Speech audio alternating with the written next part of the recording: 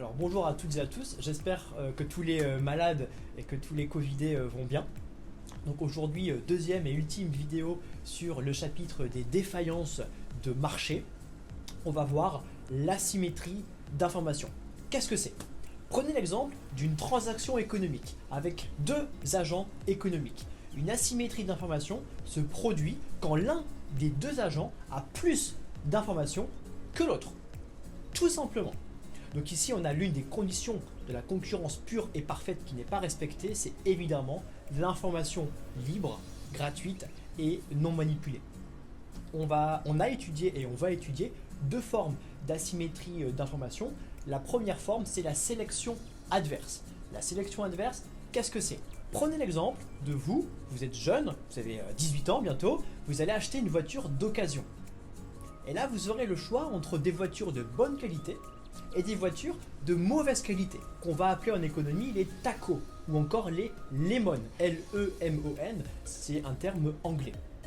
Un lemon est une voiture qui est très mauvaise et qui va tomber en panne très rapidement. Vous êtes potentiel acheteur, vous ne savez pas si la voiture que vous voulez acheter est un taco ou bien une voiture de bonne qualité, parce que les deux voitures se ressemblent. Qu'est-ce que vous allez faire? Évidemment, vous allez faire une pression à la baisse pour faire baisser le prix de la voiture. Le vendeur, qu'est-ce qu'il va se dire?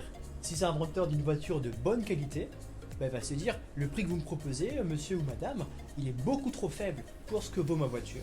Du coup, moi je refuse la transaction et je me retire du marché. Ainsi, sur le marché, il ne reste plus que des voitures de mauvaise qualité. Des voitures taco, et donc le marché s'effondre de lui-même parce qu'il n'y a plus d'achat, il n'y a plus de vente. C'est ce qu'on appelle ici la sélection adverse. Cette sélection adverse se produit avant la signature du contrat, elle se produit donc ex ante. Puis là, on travaille, ce que vous avez à faire, c'est l'aléa moral. L'aléa moral, qu'est-ce que c'est? C'est assez facile, c'était identifié depuis Adam Smith, donc depuis à peu près le 18-19e siècle.